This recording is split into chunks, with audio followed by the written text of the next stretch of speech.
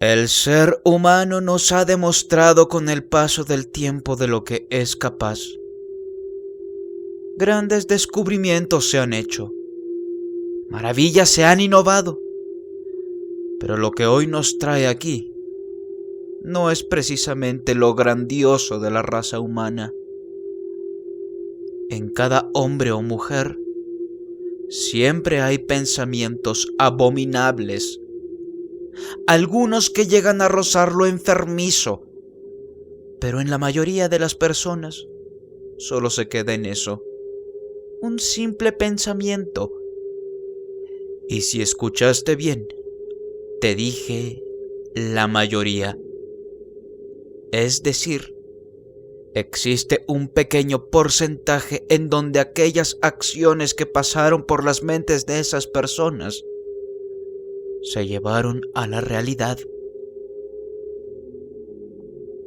Uno de los crímenes más atroces es privar de la vida a otra persona.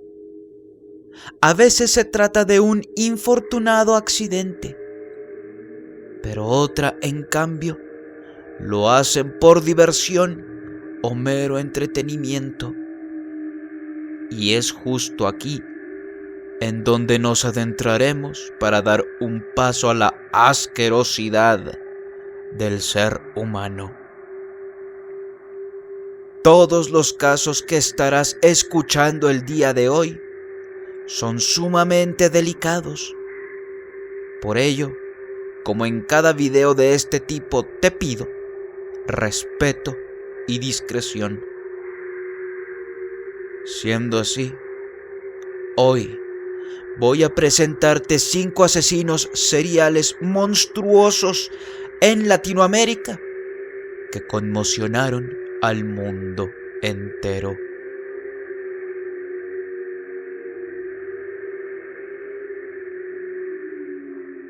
Comenzaremos con este increíble crimen que se comienza a descubrir el 27 de marzo del año 2006 en Puente Alto, Chile, cuando un perro llamado Rocky fue visto por unos niños con un pie humano aferrado a su hocico. Los niños, atemorizados, corrieron a dar aviso a sus padres y estos a su vez a la policía. La investigación ocurrió de inmediato. La fiscalía ordenó una minuciosa búsqueda de lo que podría ser un cuerpo. Esa misma noche, los efectivos policiales encontraron la cabeza irreconocible que se suponía era del cuerpo. Las características eran atroces.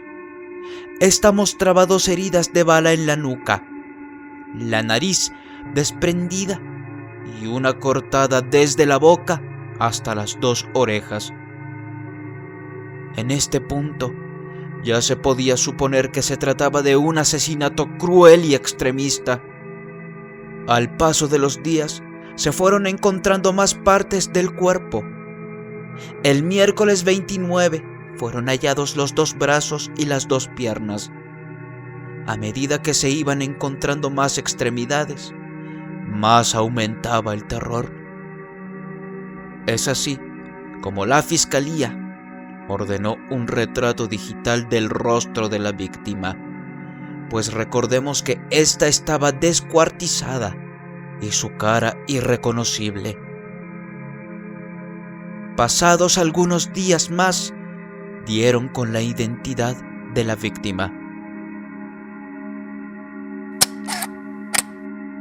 El cuerpo desmembrado pertenecía a un joven de 20 años llamado Hans Hernán Pozo Vergara, quien se encontraba en situación de calle y con uso de sustancias nocivas. La fotografía de Hans Pozo colmó las portadas y noticieros nacionales, los cuales no se ahorraban ningún detalle del espeluznante caso policial. El cuerpo fue cortado en un total de 10 piezas. Al momento de encontrar las últimas partes y después de la necropsia, se dio el detalle de que las partes del cuerpo, antes de ser arrojadas, fueron lavadas y refrigeradas. Pero una pregunta seguía surgiendo. ¿Quién cometió aquel feroz crimen? La respuesta no tardó demasiado, ya que la fiscalía daría con el nombre del asesino. Se trataba de Jorge Iván Martínez Arévalo, hombre de 41 años, casado y dirigente de la Confederación de Empleados Municipales, además de tener una heladería en el mismo lugar de Puente Alto. Pero, ¿cómo es que llegaron a esa conclusión? Resulta que algunas partes del cuerpo fueron encontradas en unas bolsas de basura que tenían doble costura. Con esta pista, dieron con la persona que comercializaba las bolsas. Esta persona dijo haberlas vendido a un heladero. Y es así como dieron con el homicida. Una vez identificado, el departamento OS9 intervino sus 2 teléfonos, descubriendo así que Martínez habría tenido una relación con Pozo. Según algunos datos, Jorge pagaba servicios sexuales a Pozo, llevando a una doble vida. El supuesto móvil del crimen fue porque Pozos chantajeó a Jorge para recibir más dinero. Esto no le pareció y decidió terminar con la vida del joven con los detalles ya mencionados. La tarde del 8 de abril del año 2006, el departamento OS9 se presentó en la heladería de Martínez para realizarle una entrevista rutinaria. Según los agentes, al escucharlos ingresar, Jorge corrió hacia su dormitorio y se suicidó de un disparo en la cabeza. Tras la muerte de Martínez, su esposa encontró en su domicilio una carta de 20 páginas escritas a mano. En ella hizo un implícito reconocimiento en la autoría del crimen, al asegurar de que Pozos lo extorsionaba porque supuestamente era su hijo.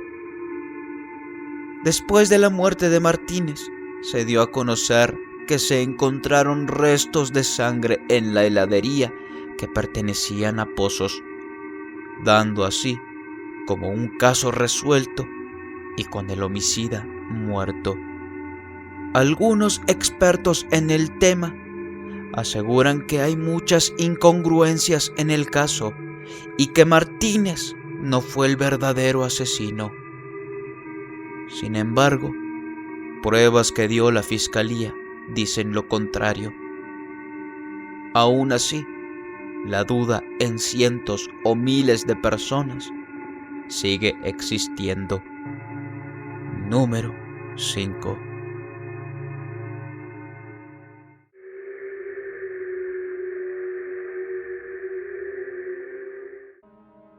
La crónica de este abominable hombre marcó la historia de Uruguay, pues se convirtió en el primer asesino en serie del país. Su nombre es Pablo Goncalves Gallarreta, nacido el 6 de marzo de 1970 en Bilbao, España. A los 9 años, Pablo se vio en la necesidad de radicar en Uruguay, viviendo así la mayor parte de su vida en este país. Los crímenes de este asesino comenzaron la madrugada del 1 de enero de 1992. Su primera víctima era una mujer llamada Ana Luisa Miller Sichero. Contaba con apenas 26 años. Era licenciada en historia y docente. El hecho ocurrió cuando ella y su novio habían ido a festejar el Año Nuevo en un restaurante de Carrasco. Luego de una fiesta, al salir del club, pasaron a la vivienda de Ana para después de un rato quedarse sola. Su cuerpo se encontró horas después en la playa de Solímar, semienterrada. La autopsia arrojó que había muerto sofocada. Sin embargo, hasta ese momento, no había sospechoso alguno. Su segunda víctima fue Andrea Gabriela Castro Pena, una joven de 16 años quien tuvo la desgracia de encontrarse con Goncalves el 20 de septiembre de 1992. Su encuentro fue casual en un boliche de Carrasco. Después de un rato de plática, Goncalves invitó a Andrea a dar una vuelta en su automóvil. Craso error, pues después de 3 semanas de desaparecida, fue encontrada muerta en la playa Mansa de Punta del Este. La víctima se encontraba asfixiada al igual que la anterior chica. La única diferencia es que Andrea tenía en el cuello una corbata que pertenecía a Goncalves. Es así en donde existían ya 2 patrones que hacían tener sospechas de que la policía se estaría enfrentando a un asesino serial. La tercera víctima fue María Victoria Williams, de 22 años. Ella fue asesinada el 8 de febrero de 1993, cuando esperaba el ómnibus en la esquina de su casa. Goncalves, fingiendo que su abuela estaba teniendo un ataque cardíaco, hizo que entrara a su vivienda. Allí resultó agredida por la espalda y al cabo de un desesperado forcejeo, terminó muerta por una maniobra de sofocación manual que le hizo perder la conciencia. Acto seguido, su ofensor le colocó una bolsa de nylon en la cabeza y la ató a su cuello. La familia recibió en la tarde una llamada del trabajo de Victoria preguntando por qué no había ido a trabajar. Luego de una pequeña búsqueda, la catalogaron como desaparecida. El asesino fue tan cínico que incluso participó voluntariamente como vecino y conocido en su búsqueda, organizada por grupos de amigos. Luego de una ardua investigación, se dio con el principal sospechoso, Pablo Goncalves.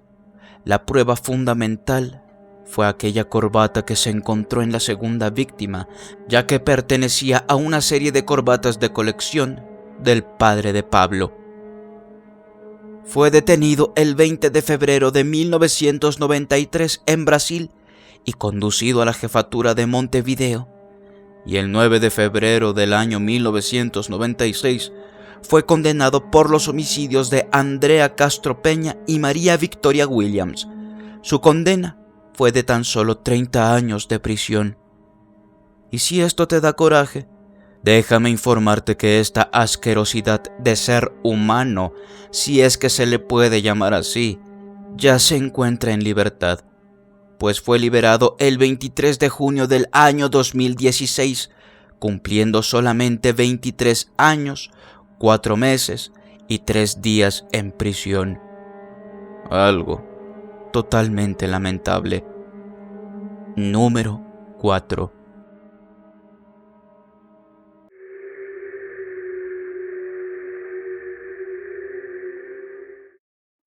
Adolfo de Jesús Constanzo fue un asesino en serie. Su sobrenombre fue el de El Padrino de Matamoros y el narcosatánico de Matamoros también. Él nació el 1 de noviembre del año 1962 en Miami, Estados Unidos. Adolfo de Jesús inició su infancia en los ritos de la santería gracias a su madre, así como en lo del palo mayombe, una creencia de naturaleza agresiva. Esta religión fue importada a Cuba en el siglo XIX por esclavos procedentes del pueblo Yoruba, originarios de Nigeria. A los dioses pertenecientes de la religión se les venera por medio de sacrificios, algo sumamente peligroso.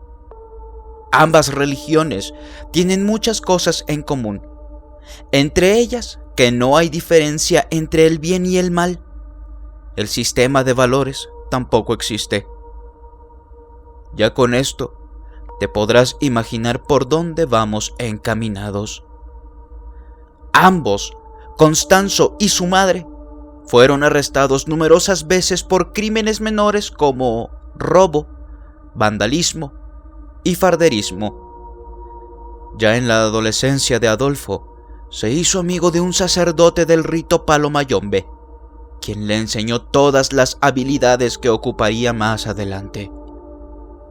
Adolfo lo poseía todo para tener éxito en la vida. Guapo, inteligente, encantador, carismático y con talento de orador.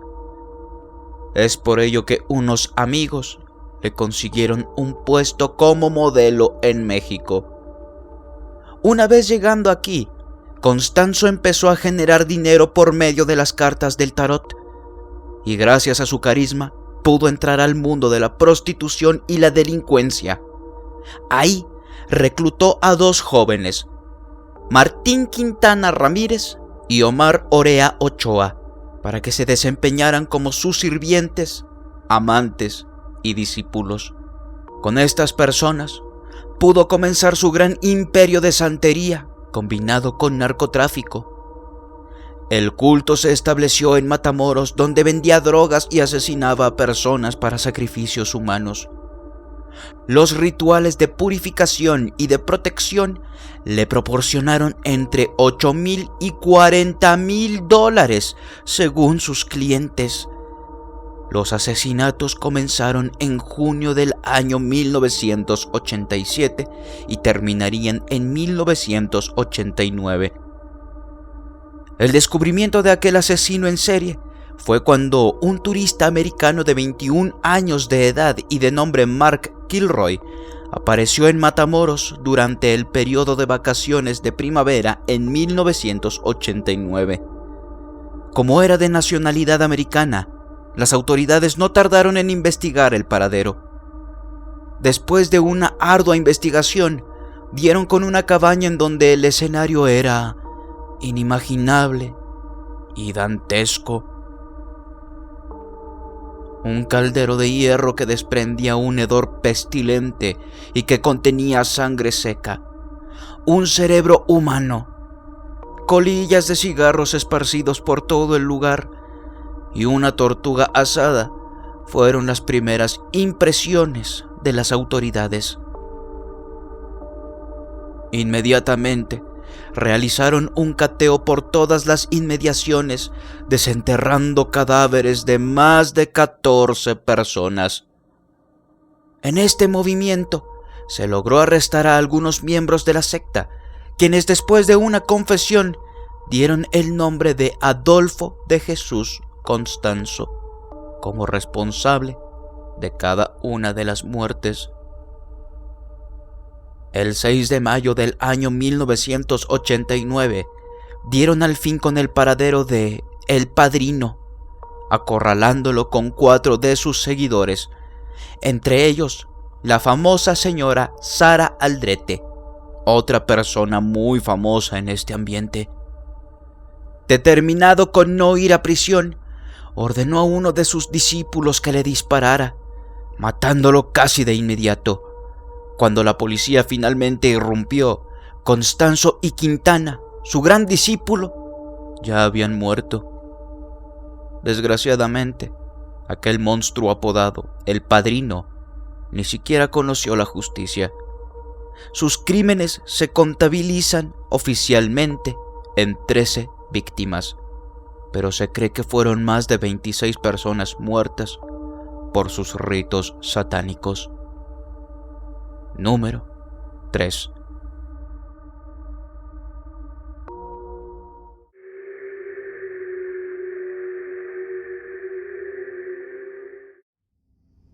A partir de ahora, debo informarte que ya hemos llegado al punto crítico del video. Si crees que después de lo narrado no existe nada más atroz, estás muy equivocado.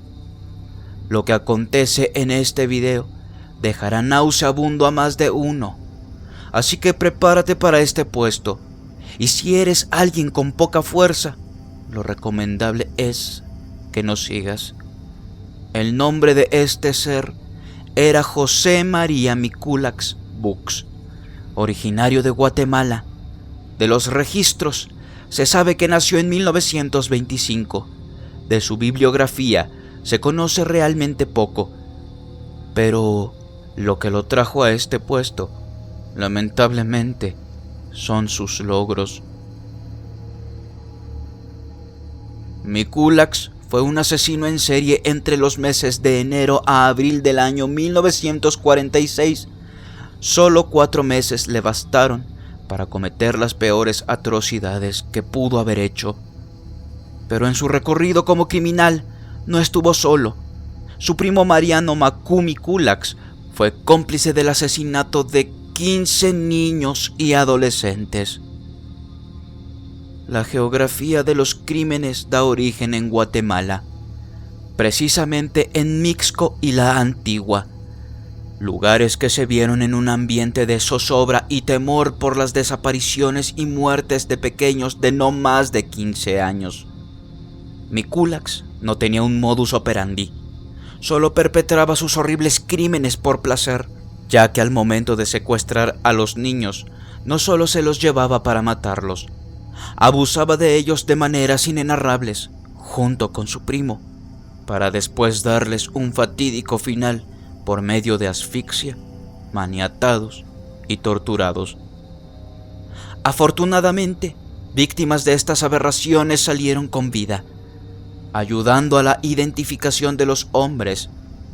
José tenía un notorio problema al caminar, por lo cual les fue fácil a las autoridades identificarlo.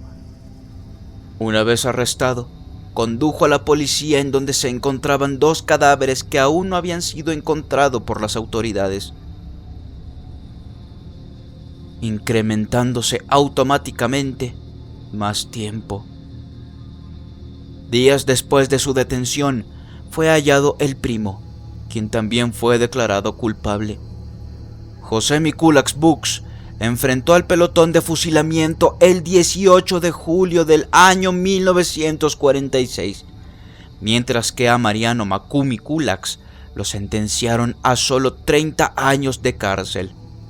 La ejecución de José fue pública y a ella asistió una multitud que se dio cita frente a la pared exterior del cementerio general.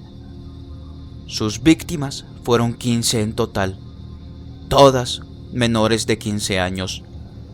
Algunos no pudieron ser identificados. Número 2.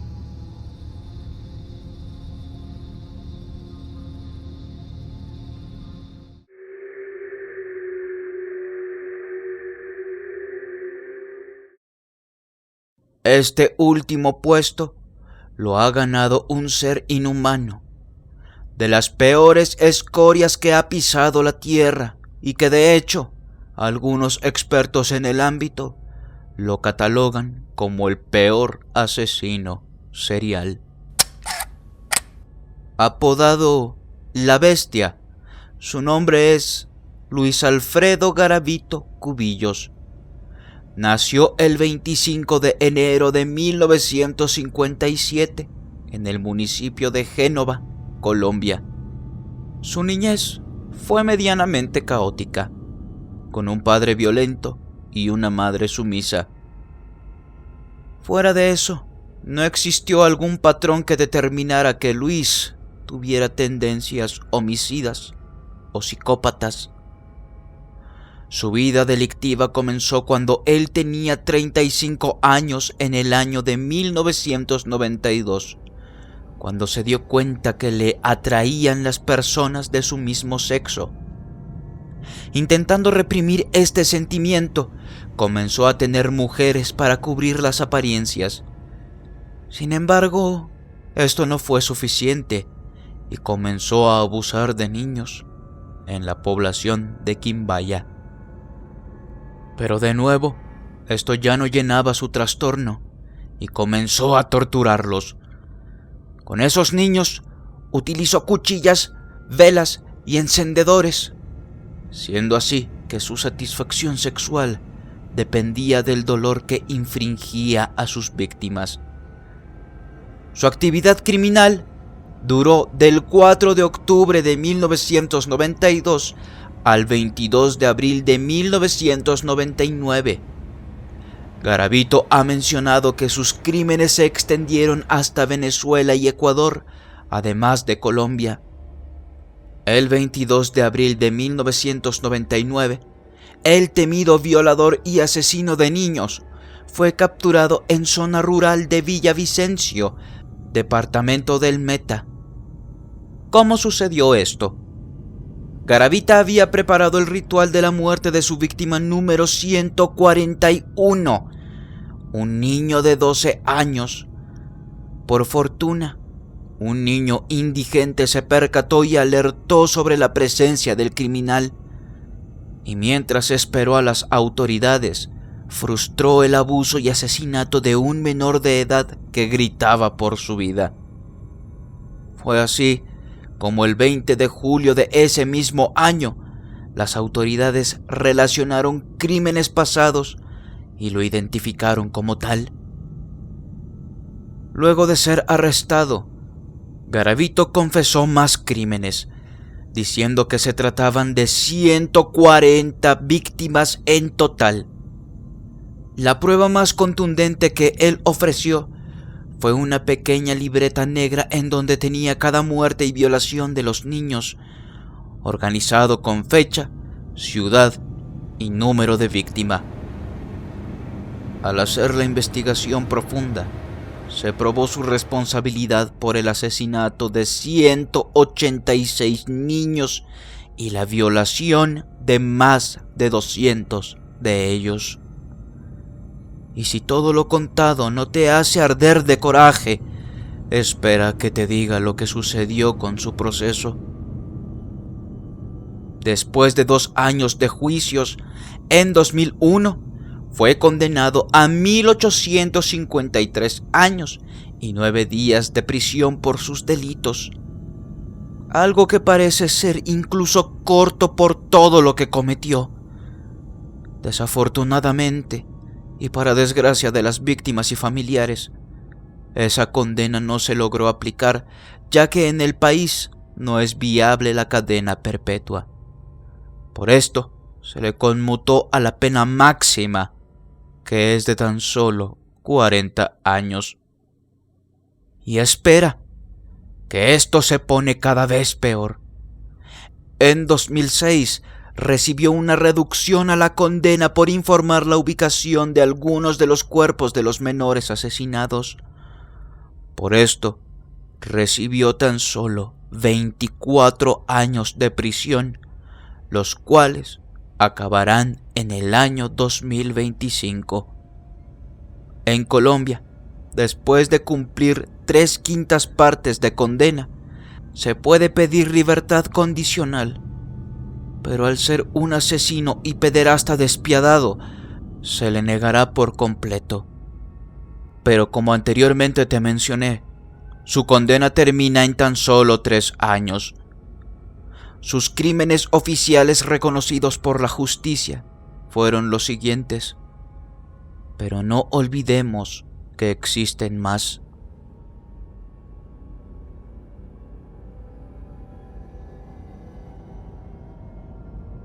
Si llegaste a este punto, quiero decirte que seguramente no eres la o el único con síntomas nauseabundos. Todo lo que estas personas cometieron es simplemente despiadado y horroroso, y lo peor es que existen más personas con esta mente retorcida que existieron desde el inicio de la humanidad y seguirán existiendo hasta el final de esta. Número 1.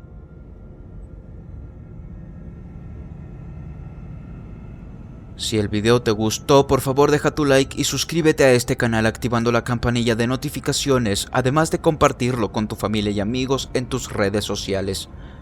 Muchas gracias. Este video fue editado por el talentosísimo Kevinos. Síguelo tanto en TikTok como en Facebook como en YouTube. Abajo en la descripción encontrarás los links a sus redes sociales oficiales. Por favor, visítalo. Recuerda que hacerte miembro del canal me ayuda muchísimo a seguir haciendo este trabajo. Por favor, hazlo, te lo agradeceré públicamente, además de que vas a disfrutar de contenido exclusivo. Gracias. No olvides seguirme en TikTok, Instagram y Facebook para que estés al tanto de cada metraje que suba. En la descripción estarán todos los links. Soy Davo Valkarat y fue un placer haberte acompañado esta velada. Hasta pronto.